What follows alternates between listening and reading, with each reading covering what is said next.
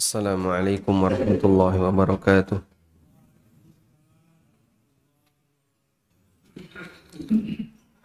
Alhamdulillahi rabbil alamin. Wassalatu wassalamu ala ashrafil mursalin Nabiyyina wa maulana Muhammadin wa ala alihi wa sahbihi ajma'in. Wa ashhadu an la ilaha illallah wahdahu la syarikalah. Wa ashhadu anna Muhammadan abduhu wa rasuluh sallallahu alaihi wa ala alihi wa sahbihi wa man tabi'ahum bi ihsanin ila yaumiddin. Alhamdulillah, puji syukur kita haturkan kehadirat Allah Subhanahu wa taala di kesempatan subuh kali ini di Masjid Kalimah Sada Lojajar ya, Pak. Kalau di sini kecamatannya apa, Pak? Ngaglik. Masuk Kapanewon Ngaglik, Kabupaten Sleman, Yogyakarta.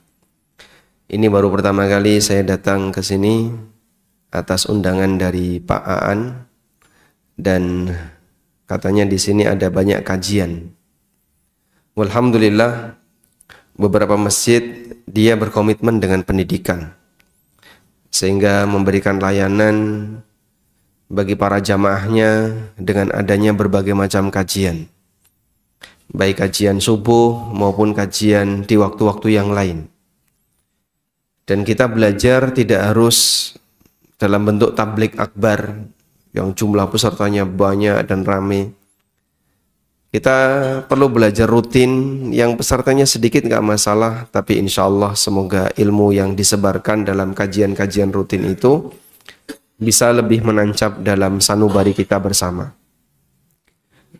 Dan di kesempatan kali ini sesuai dengan yang diumumkan dalam pengumuman di poster, kita akan belajar judulnya Menjelang Fase Terakhir Kehidupan Dunia. Menjelang fase terakhir kehidupan dunia. Ini materi yang cukup berat karena kita tahu bahwa hidup di dunia ini akan berakhir, dan keyakinan ini tidak hanya dimiliki oleh kaum muslimin saja, termasuk orang kafir, Nasrani maupun Yahudi yang mereka mengakui adanya akhirat. Mereka yakin bahwa hidup ini akan berakhir. Selanjutnya, Bapak Ibu yang dimuliakan Allah, di sana ada realita dan di sana ada bagaimana cara menyikapi realita.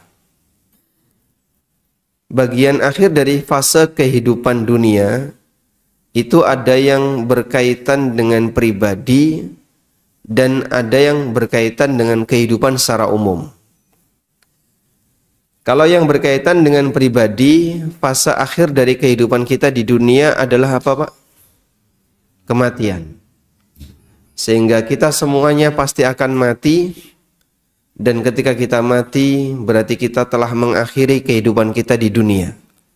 Walaupun perjalanan hidup di dunia masih berlalu, belum berakhir, tapi kita sebagai salah satu bagian dari kehidupan di dunia ini sudah tidak ada lagi. Kita sudah mati.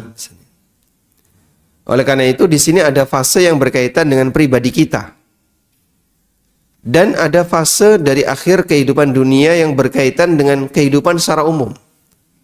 Ketika Allah Subhanahu wa taala menghancurkan seluruh yang ada di muka bumi ini, yang Allah gambarkan dalam Al-Quran dengan aneka kejadian yang luar biasa. Allah sebutkan di surat Al-Insyiqaq, "Idzas samaa'un syaqqat wa adzinat li rabbiha wa huqqat wa idzal ardu muddat." Allah juga gambarkan di surat Al-Infitar, "Idzas samaa'un fatarat." Allah juga gambarkan di surat At-Takwir, "Idzas syamsu kuwirat." Dan aneka gambaran yang Allah sediakan kepada hambanya, cerita yang Allah sebutkan besok akan terjadi seperti itu. Langit terbelah, gunung-gunung hancur, bumi dibentangkan oleh Allah Ta'ala, dan seterusnya. Allah juga sebutkan di surat Az-Zalzalah, "Idza zulzilatil ardu zilzalaha." Dan aneka kejadian-kejadian yang nanti akan muncul di akhir zaman. Tayyib. Oleh karena itu di kesempatan kali ini nanti kita akan bahas satu demi satu. Saya akan bahas terlebih dahulu akhir dari kehidupan untuk pribadi kita masing-masing, dan itu adalah kematian. Kemudian nanti jika masih ada waktu kita akan singgung tentang akhir dari kehidupan dunia. Bapak Ibu yang dimuliakan Allah Subhanahu wa taala, siapapun manusia dia meyakini kalau dia mati, dia pasti akan mati. Orang ateis itu yakin nggak kalau dia mati? Yakin. Karena kematian itu bisa disaksikan oleh mereka yang hidup. Dia melihat tetangganya mati, dia melihat temannya mati, dia melihat orang lain mati. Bahkan kejadian-kejadian yang misalnya berbau senjata ketika perang dimasukkan dalam berita, dia lihat betul-betul manusia mati. Sehingga tidak ada orang sehebat apapun penyimpangannya yang dia tidak yakin kalau dia nggak mati, yang dia nggak yakin kalau dia akan mati. Siapapun pasti meyakini dia mati. Dan dalam Islam kita diajarkan tidak hanya sebatas meyakini mati, karena semua orang meyakini pasti dia akan mati. Tapi kita diajarkan untuk memikirkan kehidupan pasca kematian. Bar mati ono apa, setelah kita mati akan ada apa yang ingin kita jalani dan seterusnya. Karena itulah jamaah di belakang Allah, sebatas meyakini kematian ini dimiliki oleh setiap hamba yang dia melihat semua kejadian kematian itu. Tapi bagi seorang muslim, kita punya tambahan tugas. Bagaimana caranya agar kita bisa hidup nyaman pasca kematian.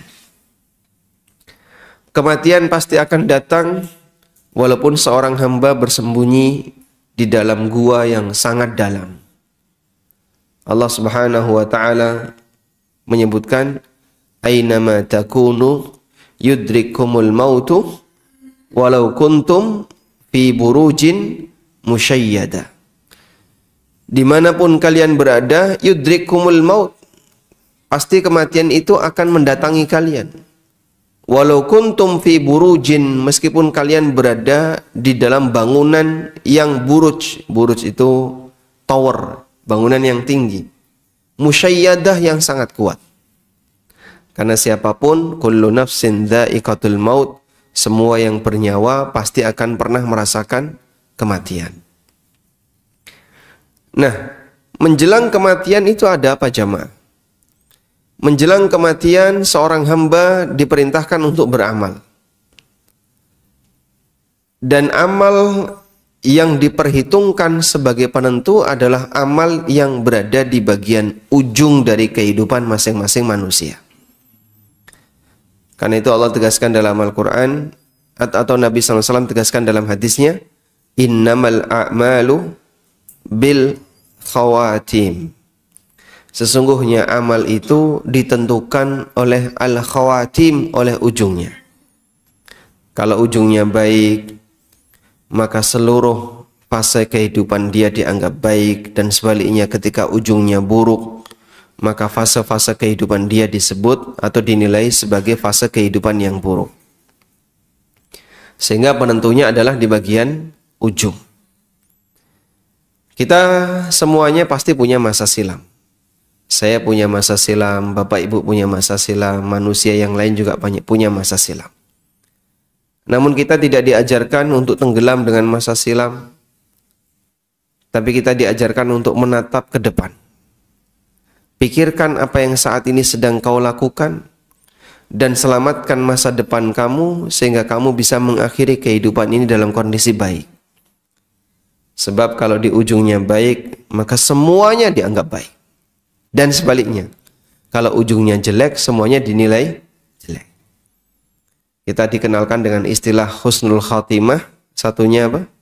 Su'ul khatimah. Ada orang misalnya rajin ibadah, Pak. Dia rajin ke masjid, dia rajin ini, rajin ini. Tapi ternyata di ujung dari kehidupannya dia maksiat. Di tengah dia maksiat, dia mati. Orang menyebut apa? Su'ul khatimah. Sehingga penilaian yang ada pada orang ini adalah dia ini orang jelek, walaupun dulunya dia pernah berbuat baik. Demikianlah kondisi hamba yang dia mengalami su'ul khatimah. Waliyadzubillah. Nabi SAW pernah menyebutkan tentang kondisi manusia yang dia rajin dalam melakukan aktivitas, tapi ujungnya berbeda. Rasulullah SAW pernah mengatakan, wa inna ahadakum la ya'malu bi amali ahlil jannah hatta ma yakunu bainahu wa bainaha illa dhira'. Ada sebagian di antara masyarakat yang mereka melakukan amaliyah penduduk surga. Melakukan amaliyah penduduk surga. Sampai jarak antara dia dengan surga itu hanya tinggal 1 hasta. 1 hasta itu jarak dari mulai siku sampai jari tengah. Jaraknya hanya tinggal 1 hasta. Digambarkan oleh Nabi SAW jaraknya hanya tinggal 1 hasta. Menurut keterangan para ulama, maksudnya adalah mendekati ajal. Mendekati ajal. Dia beramal dengan amalan penduduk surga sampai mendekati ajal. Fayasbiku alaihil kitab fayamalu bi amali ahlin nar. Dan dia telah didahului oleh takdir. Lalu dia melakukan amalan sebagaimana amalan penduduk neraka. Fayadkhuluha, di penghujung hidupnya dia melakukan amalan penduduk neraka, lalu dia masuk neraka. Karena dia mengakhiri kehidupannya dengan maksiat. Akhirnya dia dihukum oleh Allah Subhanahu wa taala.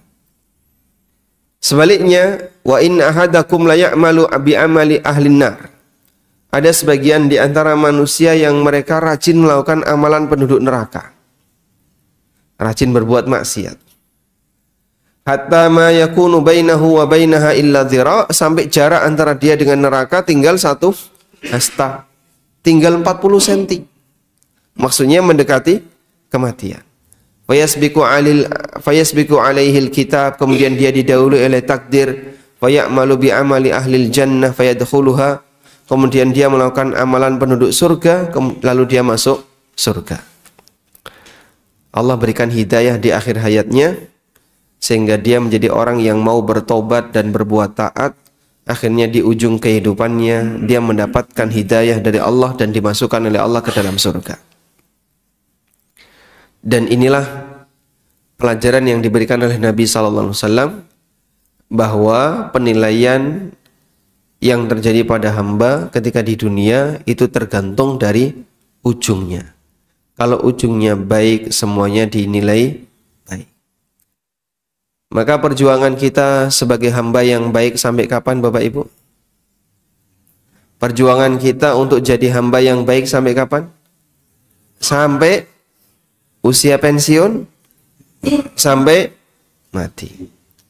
Seorang hamba, dia berjuang untuk menjadi orang baik, berjuang untuk menjadi orang yang taat, berjuang untuk istiqomah di atas kebaikan sampai mati. Allah perintahkan dalam Al-Quran, wa'bud rabbaka hatta ya'tiyakal yakin. Sembahlah Rabbmu sampai datang kepadamu kematian. Wa'bud rabbaka hatta ya'tiyakal yakin. Sembahlah Rabbmu sampai datang kepadamu kematian. Sehingga kita diperintahkan untuk beribadah kepada Allah, ujungnya adalah kematian. Baik. Terutama ketika di sisa-sisa dari kehidupan kita. Sebab sisa itulah yang paling menentukan. Karena kalau orang itu disisa dari umurnya dalam kondisi baik, ada harapan besar semoga dia husnul khatimah. Terus bagaimana Pak caranya kita bisa mengetahui kalau ini merupakan sisa dari kehidupan kita? Coba kita tanya ya. Bapak usia berapa Pak? 73 tahun, Masya Allah. Kurang berapa tahun lagi Pak? Tidak tahu. Nah, kalau ini masnya usia berapa? 44. Kurang berapa hari lagi mas? Ada nggak Pak teori bahasanya yang lebih tua matinya lebih lama daripada, atau yang lebih tua akan mendekati kematian daripada yang muda? Nggak ada. Karena kematian tidak kenal usia. Sehingga nggak ada kuburan khusus umur 60 ke atas, itu nggak ada. Sebab kematian tidak kenal usia. Sehingga kalau kita bicara sisa usia itu apa sih Pak? Ya kehidupan yang saat ini kita jalani. Apa yang saat ini sedang kita jalani, itulah hakikat dari sisa usia kita. Maka setiap hamba, dia berada di sisa usianya, dan apa yang saat ini dia jalani, itulah sisa usianya. Nah, namun di sana ada peringatan yang ditekankan bagi mereka yang sudah menginjak lanjut usia. Allah berfirman di surat Fatir ayat 37. Allah Subhanahu wa taala mengatakan, menceritakan tentang bagaimana kondisi penduduk neraka. Wa hum yastarikhuna fiha. Penduduk neraka itu teriak-teriak ketika di neraka. Rabbana akhrijna, lalu mereka minta kepada Allah, ya Allah keluarkanlah kami dari neraka. Na'mal salihan, agar kami bisa beramal saleh. Ghairal ladzi kunna na'mal, yang dulu belum sempat kami kerjakan. Mereka minta untuk dikeluarkan agar bisa apa? Beramal saleh. Penduduk neraka kalau dikeluarkan dari neraka, dikembalikan ke dunia, harapannya itu bukan bagi waris, Pak. Harapannya bukan nyari harta, tapi harapannya apa? Agar mereka bisa beramal. Rabbana akhrijna minha, ya Allah, Rabbana akhrijna, keluarkanlah kami dari neraka. Na'mal salihan ghairal ladzi kunna na'mal, agar kami bisa beramal soleh yang dulu belum sempat kami kerjakan. Lalu Allah Subhanahu wa taala kasih peringatan. Awalam nu'ammirkum ma yatadzakkaru fihi man tadzakkara wa ja'akumun nadhir. Bukankah kami telah memberikan umur kepadamu dengan masa waktu yang panjang, yang seharusnya kamu sudah bisa mengambil peringatan dari situ. Kowe kudune wis ngerti. Wis umur sakmono kok durung ngerti. Itu bahasa lainnya. Bukankah kami telah memberikan umur kepadamu dengan masa usia yang panjang, ma yatadzakkaru bihi man tadzakkara, yang seharusnya kamu bisa mengambil peringatan darinya. Wa ja'akumun nadhir, dan telah datang kepadamu an-nadhir, sang pemberi peringatan. An-nadhir, sang pemberi peringatan. Apa yang dimaksud dengan an-nadhir di sini? Para ulama berbeda pendapat mengenai makna an-nadhir dalam ayat ini. Dan di antara pendapat yang ma'ruf, yang masyhur di kalangan ahli tafsir, yang dimaksud telah datang kepadamu peringatan, maknanya adalah uban. Kowe dhisik kan rambutmu wis putih to. Nggih ya Allah. Kowe dhisik jenggotmu wis putih. Inji. Badanmu sudah lemah, betul. Lah kok sek kaya ngono? Misalnya. Sehingga ada orang yang sudah diberi oleh Allah tanda-tanda dia itu sudah berada di ujung dari kehidupan dunia. Tapi dia belum berubah. Semangatnya untuk nyari harta masih dominan. Orientasi dia untuk mengumpulkan duit masih sangat tinggi. Kemudian interaksi dia dengan orang lain belum ditata dengan rapi, padahal sudah banyak peringatan yang datang kepadanya. Kalau turu wis pegel linu, nek melaku lara kabeh, gelungguh ora jenak, maka nek pengajian golek senderan.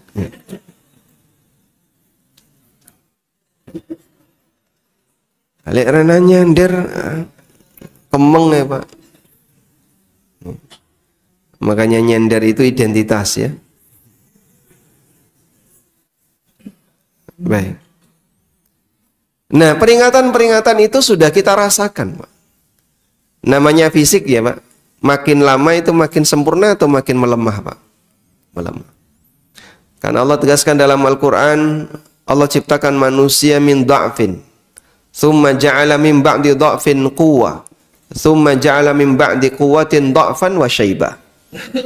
Allah ciptakan manusia dalam kondisi lemah, kemudian Allah jadikan dia lebih kuat, semakin kuat, kemudian setelah kuat Allah jadikan dia melemah lagi dan beruban. Yakhluqu ma yasha, Allah ciptakan sesuai dengan apa yang dia kehendaki. Dan itulah lutfullah, bagaimana cara Allah menyikapi hamba dengan lembut. Sehingga peringatan itu tidak diberikan dengan keras, tapi peringatan itu diberikan dengan bertahap. Badan mulai beruban, rambut mulai beruban, badan mulai melemah. Yang seharusnya orang sudah mulai sadar, sebentar lagi kita mau pulang untuk selamanya dan tidak akan kembali. Nah, kalau sudah mau pulang untuk selamanya, mengakhiri dari kehidupan dunia, terus persiapannya apa, Pak? Persiapannya sebagaimana ketika orang mau pulang. Dia membawa bekal. Persiapannya dia membersihkan dirinya dari kotoran. Persiapannya dia semakin dekat dengan yang punya akhirat, agar nanti disayang oleh zat yang memiliki akhirat. Itulah persiapan yang harus dilakukan. Terutama jamaah, coba Anda lihat bagaimana cara Islam mengajarkan kaum muslimin sebelum menghadap Allah. Bapak kalau mau sholat, ibu kalau mau sholat, ngapain yang harus dilakukan? Bersuci. Yang ada najisnya, dihilangkan dulu najisnya, dibersihkan najisnya. Yang dalam kondisi hadas, dibersihkan hadasnya dengan cara mandi atau wudu atau tayammum. Barulah kita menghadap Allah dalam kondisi suci dari najis dan suci dari hadas. Kita sholat. Bagi mereka yang mau beribadah di titik kiblat, persiapannya lebih panjang, Pak. Ngambil mikot dulu, lalu dia memakai kain ihram, meninggalkan semua larangan-larangan ihram. Kemudian dia beribadah di titik kiblat untuk menghadap Allah Subhanahu wa taala. Persiapannya lebih panjang. Demikianlah kita diajarkan. Maka seorang hamba sebelum menghadap Allah berpulang kepada Allah taala untuk selama-lamanya, dia harus mensucikan dirinya dari apa?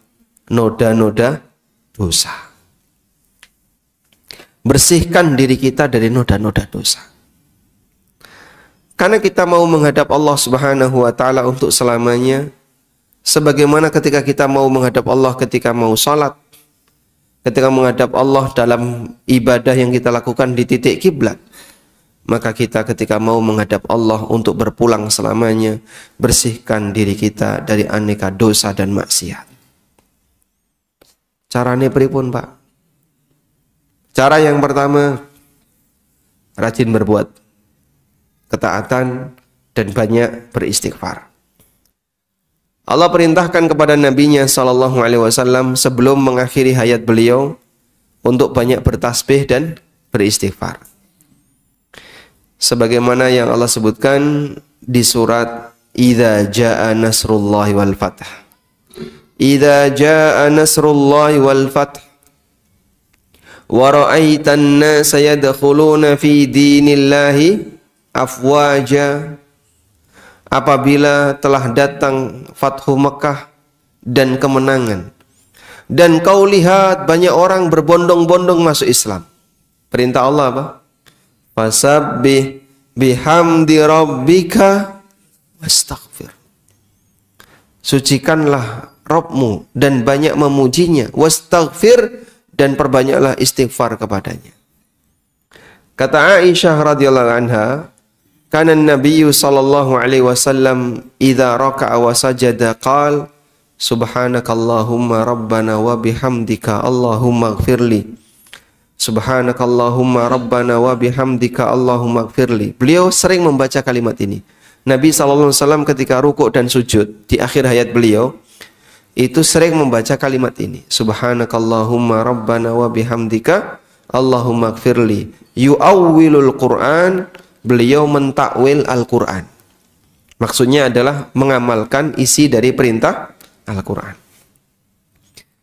Ini seorang nabi yang itu diajarkan oleh Allah Ta'ala ketika mau mengakhiri dari kehidupan beliau, karena surat An-Nasr, idza jaa nasrullah, itu turun ketika kapan?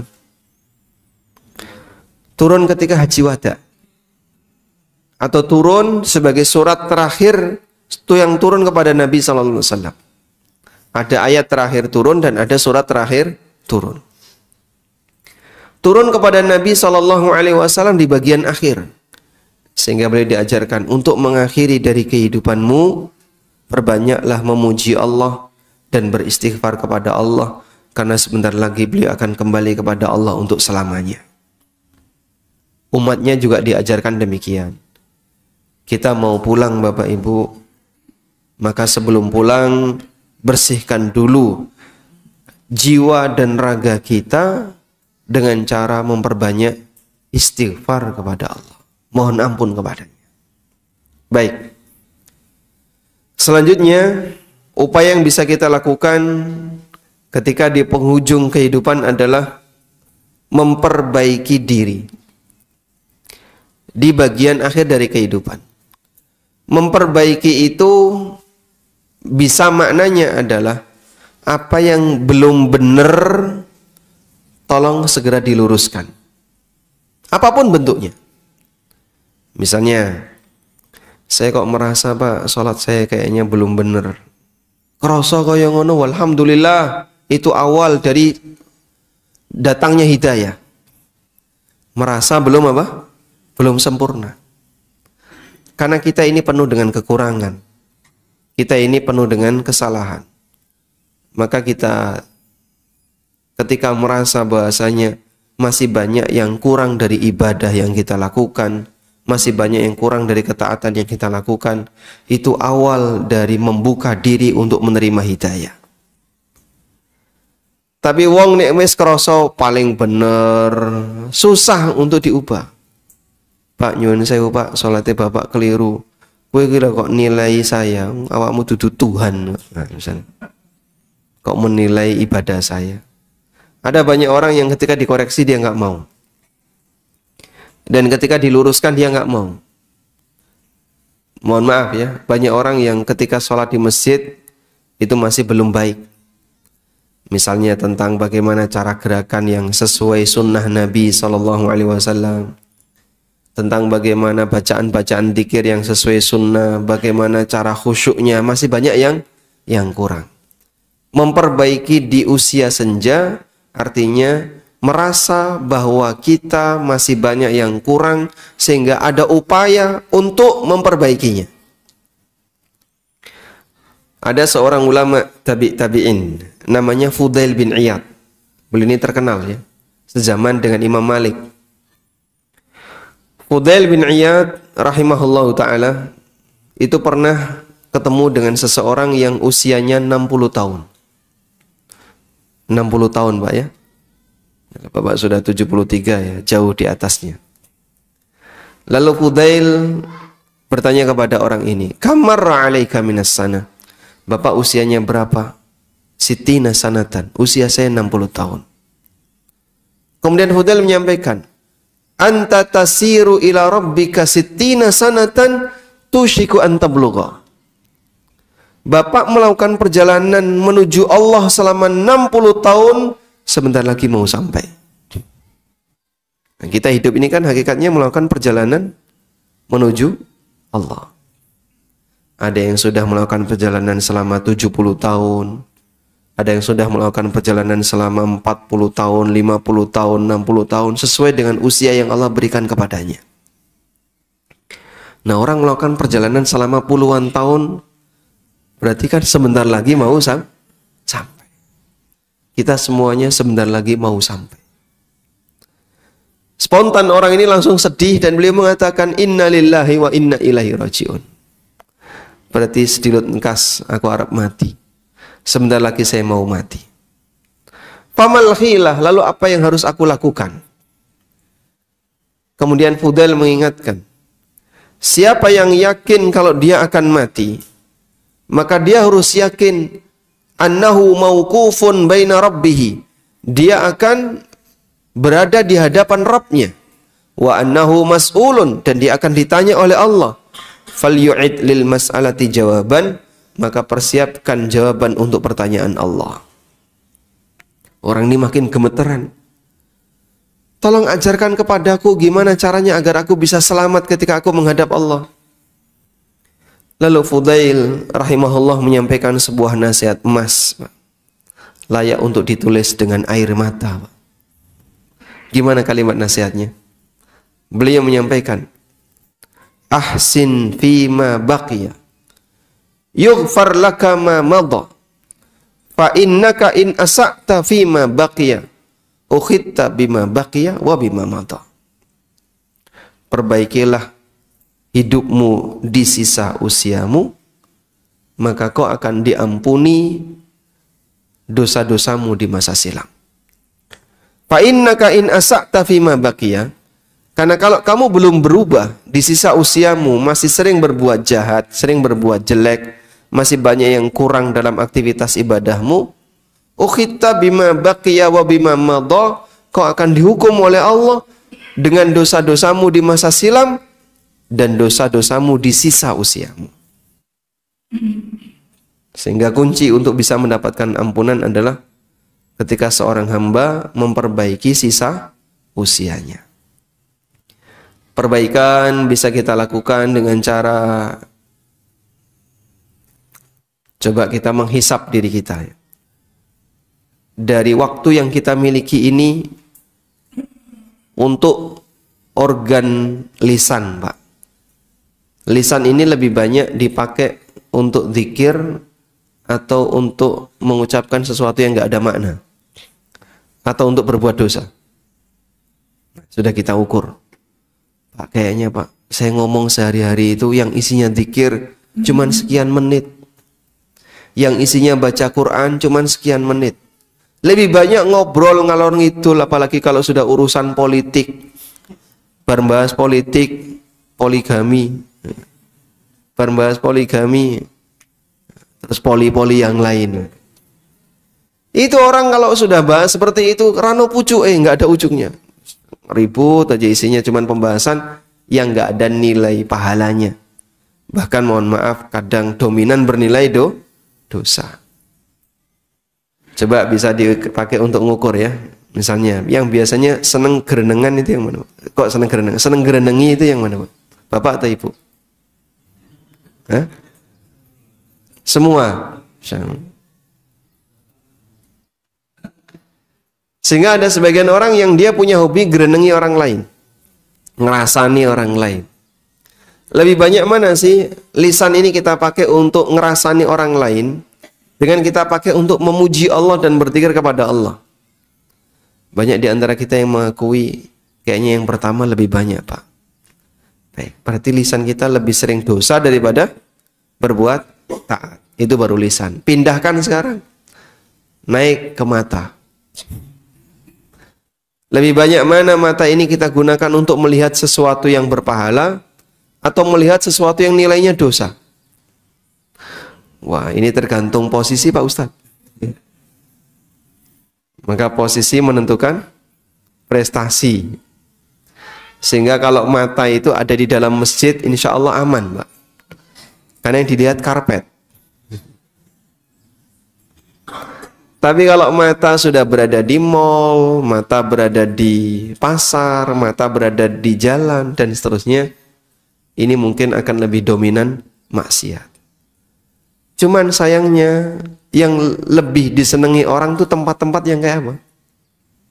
Yang kayak tadi. Bosen nih ngomong terus. Nah, mau kemana? Jalan-jalan. Sampean iki wis ubanen kok saya ngejak koyo ngene. Bukankah Bapak telah datang peringatan? Bapak saya seneng dolanan ning mall misalnya ya. Yang seharusnya dia sudah mulai harus betah di dalam masjid, sudah mulai harus betah di tempat-tempat ibadah, tapi dia nggak betah di tempat seperti itu. Makanya kadang ada kajian misalnya, bersubuh ngaji, lo milih mulai turu.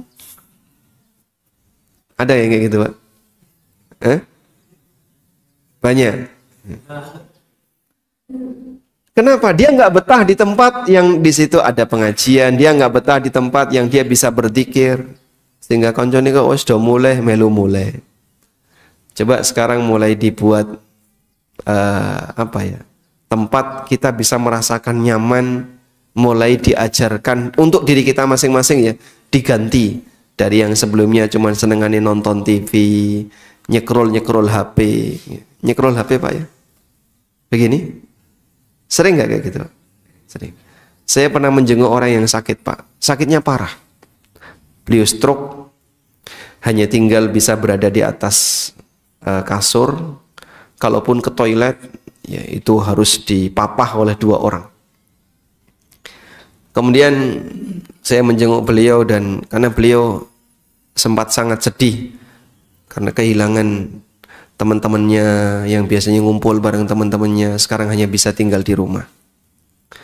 Lalu saya sempat menyarankan, insya Allah ada hiburan yang Bapak bisa lakukan. Apa itu?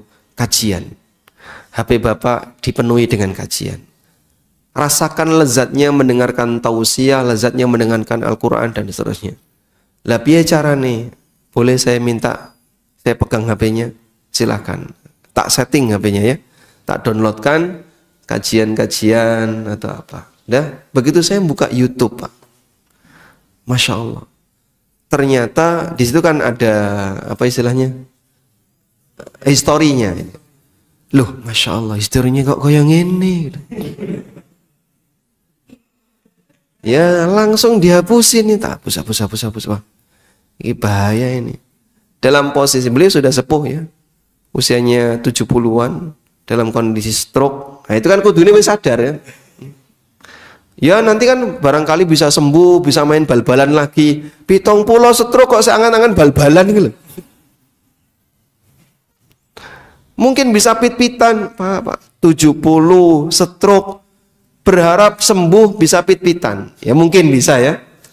Peluangnya ada nggak?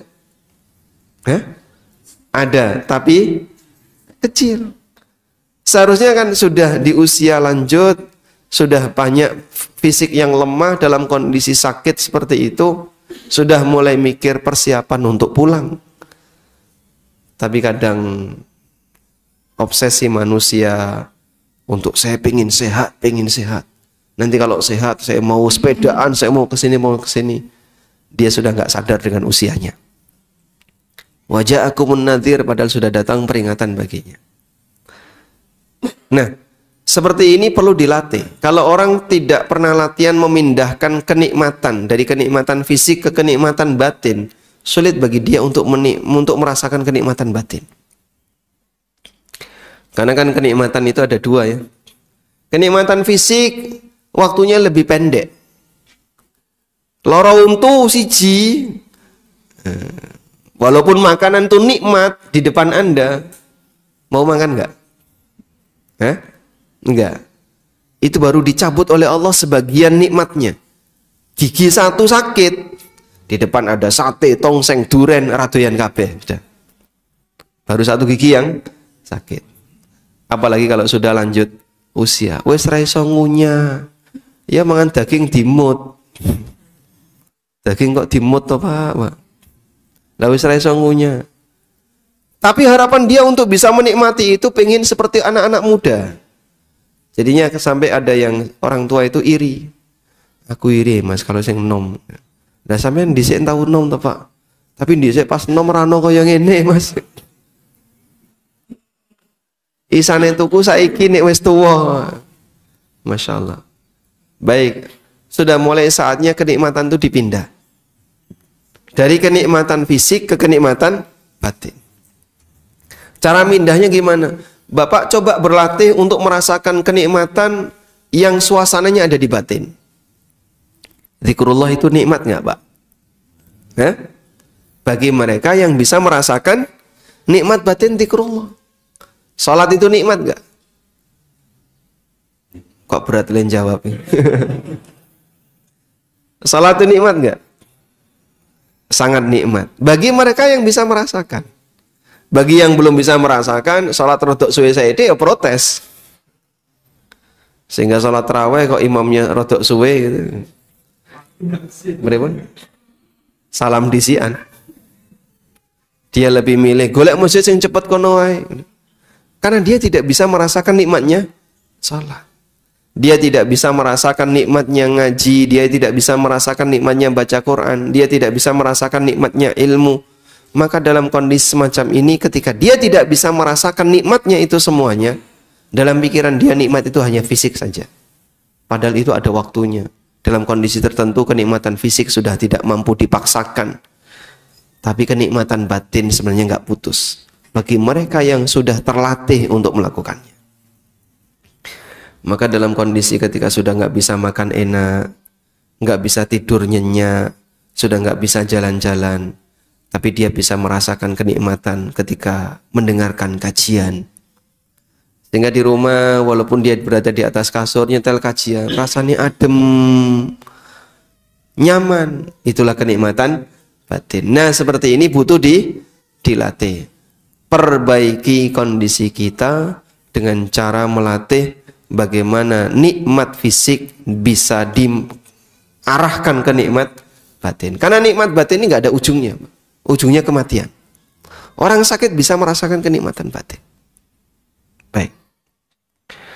Kemudian bagian akhir ya, dari kehidupan manusia adalah kematian, dan kematian itu sekali. Kematian itu sekali. Tidak mungkin ada kematian dua kali.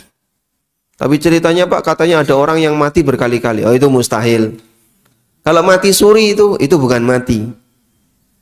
Itu pingsan gitu ya. Bukan mati. Tapi dia bisa bercerita ketika bangun, ketika dia sadar bisa bercerita. Sebagaimana orang mimpi. Orang mimpi melihat hal-hal aneh mungkin nggak? Mungkin.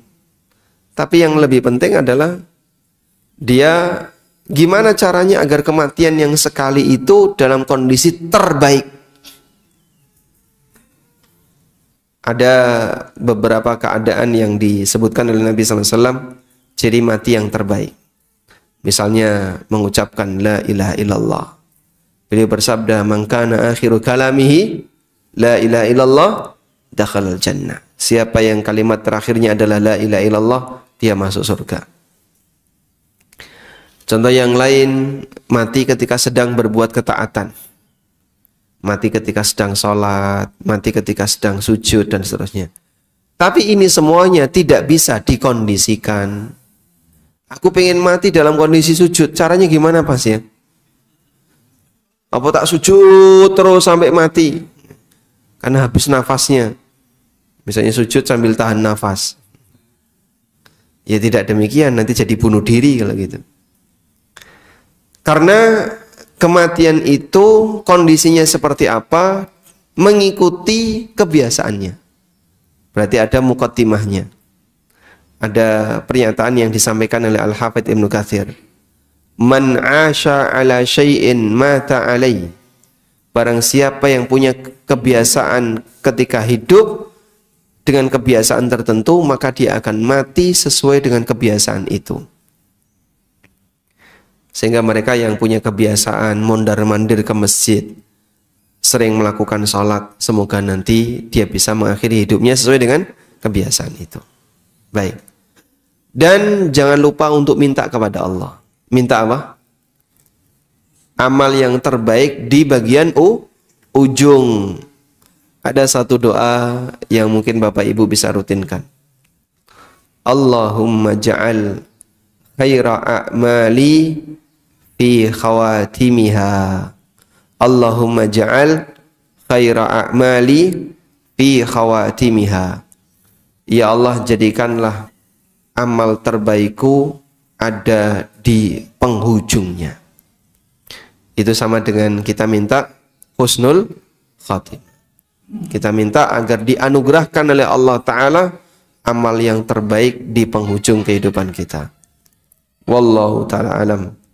Baik, demikian yang bisa kita sampaikan. Semoga yang sedikit ini menjadi kajian yang bermanfaat. Wassallallahu ala nabiyyina Muhammadin wa ala alihi wa sahbihi wasallam. Biasanya gimana? Hah?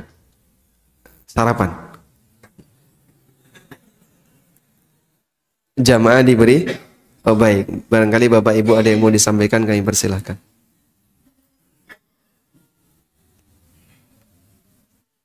Tidak ada? Walhamdulillah.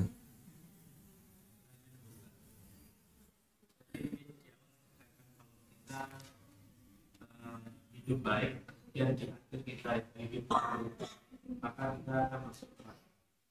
Apakah juga itu nanti kita akan menjadi abadi atau bagaimana? Nah, dalam hadis Nabi SAW ada orang yang dulunya beramal baik, lalu di penghujung kehidupannya dia melakukan amal jelek, kemudian dia masuk neraka. Masuk neraka di sini abadi atau bagaimana? Tergantung kondisi amal buruk yang dia lakukan di penghujungnya. Kalau amal buruk yang dia lakukan di penghujungnya itu amalan yang bisa menghilangkan iman, amalan kekufuran. Contohnya apa Pak? Murtad. Ini mohon maaf, orang murtad itu jadi tren sekarang. Terus diberitakan alasan kenapa artis ini pindah agama, alasan kenapa tokoh ini pindah agama, kenapa ini pindah agama. Islam tidak rugi ketika dia keluar dari Islam. Sehingga misalnya ada pejabat, orang yang sangat kaya misalnya, lalu dia murtad, apakah agama Islam rugi? Tidak. Allah tetap maha kuasa, walaupun hambanya tidak mau taat kepadanya. Dan kadang ada kesan seperti itu, untuk membuat sedih kaum muslimin. Orang-orang yang murtad itu di blow up di berita, terutama mohon maaf ya, para wartawan-wartawan yang ateis. Banyak wartawan yang ateis, wartawan ateis, wartawan anti agama, wartawan anti Islam, terutama Islam yang jadi sasaran, karena hanya kaum muslimin yang komitmen agamanya itu masih terjaga. Maka mereka kalau ada berita tentang murtadnya A, murtadnya B, itu diangkat di permukaan. Gimana caranya biar banyak kaum muslimin yang sedih, dan terutama biar nanti diikuti, sehingga dia menyebarkan keburukan untuk ngajak orang bareng-bareng melakukan keburukan. Kalau sampai murtad, ya nanti abadi di neraka. Kemarin saya dapat berita ini Pak, kejadiannya ada di Malang. Ada seorang khatib yang meninggal dunia. Lalu takmir dapat info bahwa si A yang biasanya khutbah di masjid itu, punya jadwal rutin khutbah, meninggal dunia. Akhirnya takmir layat ke rumahnya. Begitu sampai di rumahnya, apa yang terjadi? Ternyata dia ditangani dengan cara Hindu. Apa namanya? Ngaben ya. Ngaben. Jadi jenazahnya itu dingrukti, ditangani dengan cara Hindu. Loh, kok ditangani Hindu kenapa? Beliau ini beragama Hindu. Sejak kapan? Sudah lama dia itu pindah ke agama Hindu. Sehingga selama ini itu mungkin jadwal sudah bertahun-tahun ya, dia khutbah dalam kondisi beragama Hindu, dan dia nggak pernah lapor kalau dia sudah murtad. Sementara masyarakatnya nggak ada yang tahu. Nah itu terus gimana? Dulunya muslim, kemudian dia mungkin pinter bicara, pinter ceramah, punya jadwal khutbah. Terus dia murtad, berubah jadi Hindu, tapi jadwal khutbah belum hilang terus. Ya kan ini sumber pendapatan dia mungkin ya. Makanya dia nggak mau putus. Sampai akhirnya dia mati, dilayati oleh takmir. Ternyata jenazahnya ditangani dengan cara Hindu. Subhanallah, keajaiban Indonesia. Sehingga yang seperti ini mungkin saja terjadi. Nah, kalau kayak gini caranya, maka dia abadi di neraka. Ada seorang ulama, Pak. Ulama ini, Pak. Dia nulis buku yang sangat bagus. Buku itu 2 jilid.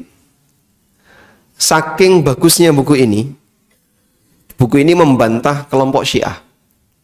Saking bagusnya buku ini sampai dikomentari oleh ulama yang lain, laqad ishtara bi kitabihil jannah. orang ini telah membeli surga dengan kitabnya.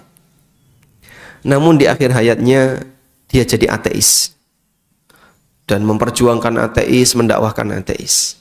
Padahal dulunya ahli tauhid, mengarang buku tentang tauhid yang sampai dikomentari dia telah membeli surga dengan kitabnya. Namanya Abdullah Al-Qasimi. Dia salah satu ulama dulu, kemudian murtad dan jadi ateis. Baik, silakan di belakang.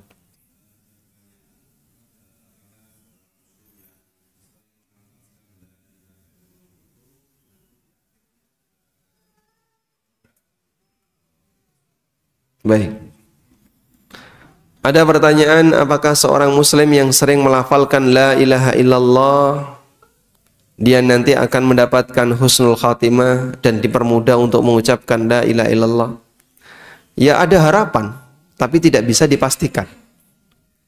Karena kita tidak tahu akhir dari seluruh kehidupan kita masing-masing. Saya tidak tahu gimana nanti ujung kehidupan saya. Bapak Ibu juga tidak tahu bagaimana ujung kehidupannya. Cuman kita punya harapan semoga dengan ketaatan-ketaatan yang kita lakukan nanti mengantarkan kita untuk dapat husnul khatimah. Dengan semua ketaatan yang ada. Baik bentuknya zikir la ilaha illallah, zikir subhanallah, istighfar, maupun yang lainnya. Karena ketaatan yang rutin dilakukan, insya Allah semoga membekas bagi pelakunya. Namun itu pun perlu diperhatikan tentang kualitas keikhlasan.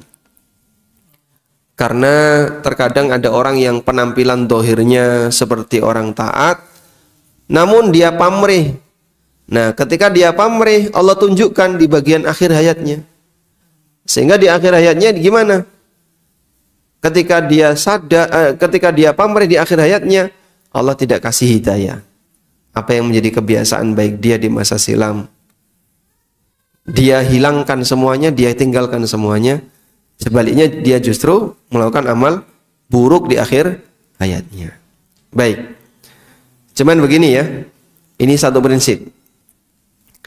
Kita itu akan dihisap dengan amal kita masing-masing. Bukan dengan amal orang lain. Kita tidak menanggung dosa orang lain. Wala taziru waziratun wizra ukhra. Orang tidak menanggung dosa orang lain. Dan orang tidak akan mendapatkan sesuai dengan apa yang kecuali sesuai apa yang dia kerjakan. Wa allaisa lil insani illa ma sa'a. Seseorang tidak akan mendapatkan kecuali apa yang dia kerjakan. Nah, ada sebagian orang yang punya keyakinan kayak gini. Sing penting dadi wong muslim ki ya wis tau syahadat walaupun ping pisan seumur hidup. Nah, sudah? Ra salat, ra poso, ora apa-apa. Yang penting nanti nek mati ditahlilke.